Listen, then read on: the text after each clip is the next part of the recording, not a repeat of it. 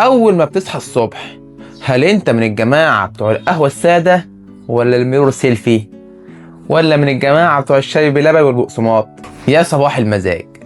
بعيد عن المظاهر، في دراسة لطيفة بتقول إن اختيارك لمشروبك الصبح بيكشف كتير عن مودك. بتوع الشاي بلبن دايما بيدوروا على الأمان والراحة والروقان وبداية اليوم الهادي، أما بتوع القهوة السادة فهم داخلين يومهم بعقلية المحارب، عايزين يفوقوا فورا ومستعدين للمواجهة والضغط. المشروبين حلوين، بس الفكرة انك تدي لنفسك ال10 دقايق بتوع مشروبك الصبح عشان تفصل قبل زحمة اليوم. اعترف لي في الكومنتات، انت من بتوع الشاي بلبن ولا القهوة السادة؟ وصباحك كله روقان.